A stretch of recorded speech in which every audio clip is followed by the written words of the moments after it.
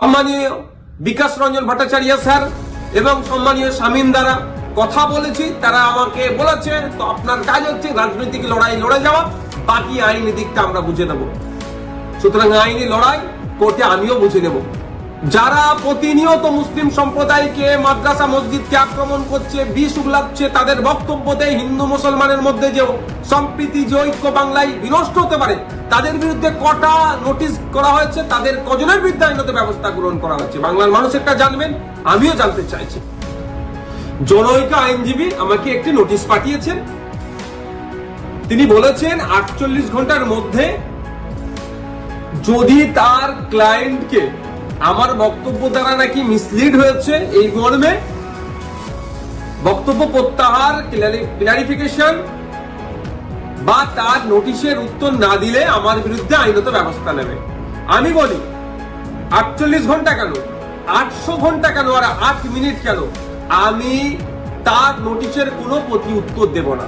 আমার বক্তব্য যদি আইন বহির্ভূত হয়, আমার বক্তব্য যদি সংবিধান বহির্ভূত হয়, সিধে চলে যাচ্ছে কোর্টে, আইনের মাধ্যমে তার সাথে আমার বোঝাপড়া হবে। আমাকে নোটিশ পাঠিয়ে কি ধমকানো চমকানো হচ্ছে? এই ধরনের অনেক নোটিশ আমি খেয়েছি। আমার নামে অনেক মারাত্মক মারাত্মক অভিযোগের মামলা নিয়ে আমি মাথায় করে চলছি, মিথ্যা অভিযোগ নিয়ে। উনি আমি ভয় পাই না। তো যদি মনে করেন নওশাদ সিদ্দিকীকে এই নোটিশ পাঠিয়ে ধমকাবো চমকাবো বসিয়ে দেব, আমি তাতে ভয় পাবো না, আমি চমকেও যাব না। কারণ আমার অনেক দেখা হয়ে গেছে এইগুলো, কারণ আমি বলে যাই। আর কাকতালীয় ভাবে বলছি না, এটা বাস্তবিক হয়েছে। 2019 সালে কেন্দ্রের সরকার নিয়ে এসেছিল এক বিভাজনের বিল, সিএএ। যখন আমার বড় ভাইজান পিরজাদা আব্বাস সিদ্দিকীর নেতৃত্বে সারা বাংলায় যখন বিজেপির বিরুদ্ধে আন্দোলন আমরা সংগঠিত করেছিলাম, ওই সময় গভীর রাত্রে আমাদের বাড়িতে পুলিশের দ্বারা হামলা চালানো হয়েছিল। সেই রাত্রে আমি সুপ্রিম কোর্টে এসেছিলাম, তারপরের দিনে মামলা করব বিজেপির বিরুদ্ধে, কেন্দ্র সরকারের বিরুদ্ধে। আর এখন আমরা যখন এই ওয়াকফ সংশোধনের বিরুদ্ধে মাঠে ময়দানে গণতান্ত্রিক প্রক্রিয়ায় লড়াইয়ের বার্তা দিচ্ছি এবং আইনি লড়াই করবে বলে তার প্রস্তুতি নিচ্ছি, আমাদের বাড়িতে নোটিশ চলে আসলো। নোটিশ আসুক, 100 বার নোটিশ আসুক, এতে আমি ভয় পাই না। কিন্তু এটুকু আমি বাংলার মানুষকে জানিয়ে রাখতে চাই যে যারা প্রতিনিয়ত মুসলিমদের বিরুদ্ধে কথা বলছে, মাদ্রাসা নিয়ে কথা বলছে, মসজিদ নিয়ে কথা বলছে, কোরআন শরীফ নিয়ে কথা বলছে, তাদের বিরুদ্ধে নোটিশ যাচ্ছে না কেন, তাদের বিরুদ্ধে আইনত ব্যবস্থা গ্রহণ করছে না কেন?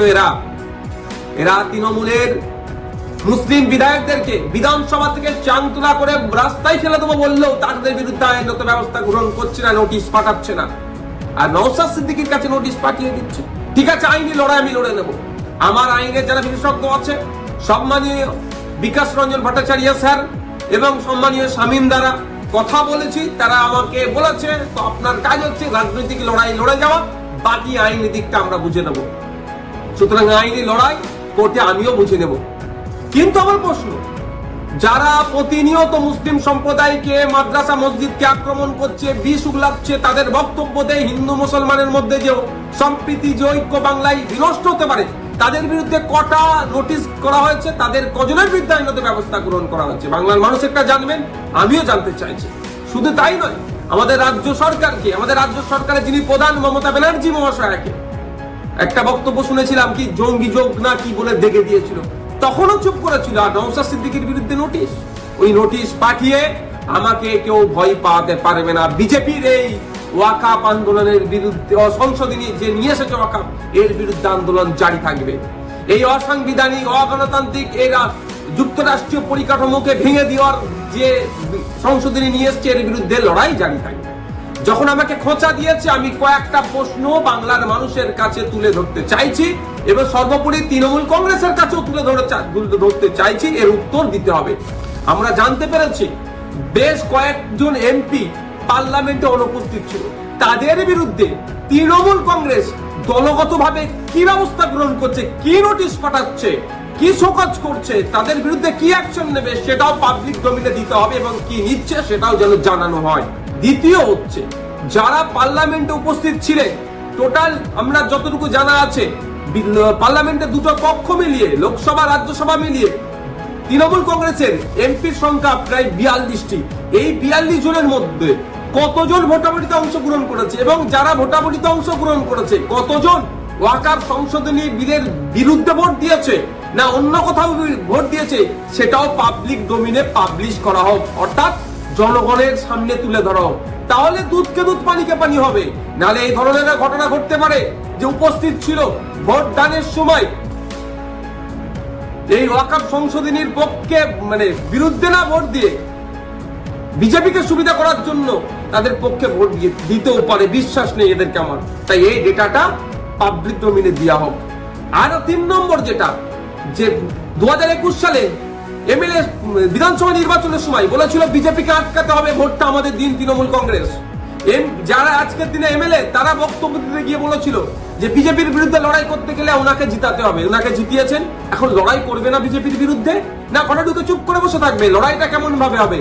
গণতান্ত্রিক প্রক্রিয়ায় মাঠে ময়দানে নেবে আন্দোলন সংগঠিত করতে হবে, আর একটা গণতান্ত্রিক প্রক্রিয়ায় আইনের সহযোগিতা নিতে হবে। এই যে বিজেপি ওয়াকাফ সংশোধনী বিল নিয়ে এসেছে, এটাকে প্রত্যাহার করার দুটো রাস্তা। একটা হচ্ছে জনগণের চাপ সৃষ্টি করে, যেটা সংখ্যালঘুদের উপরে যে দমনপীড়ন হচ্ছে, ভারতবর্ষের পশ্চিম বাংলায় সংখ্যাগুরু মানুষদেরকে দায়িত্ব নিতে হবে।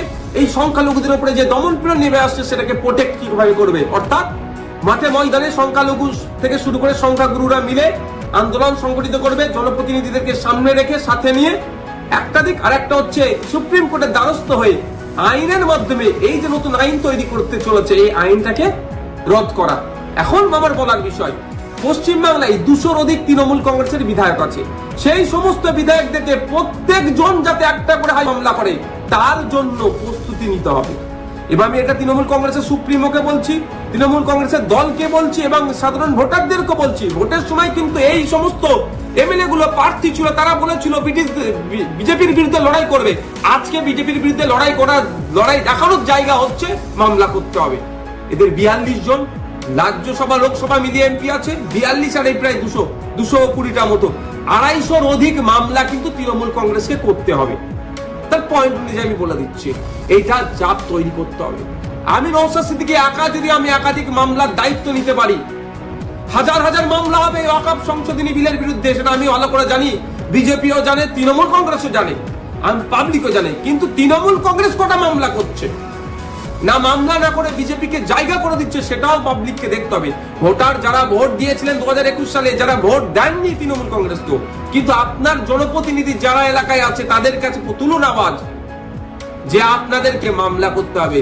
মালদা থেকে কংগ্রেসের একজন এমপি আছেন, তাকেও আমি অনুরোধ করছি আপনিও সুপ্রিম কোর্টে চলেন, গিয়ে মামলা করবেন।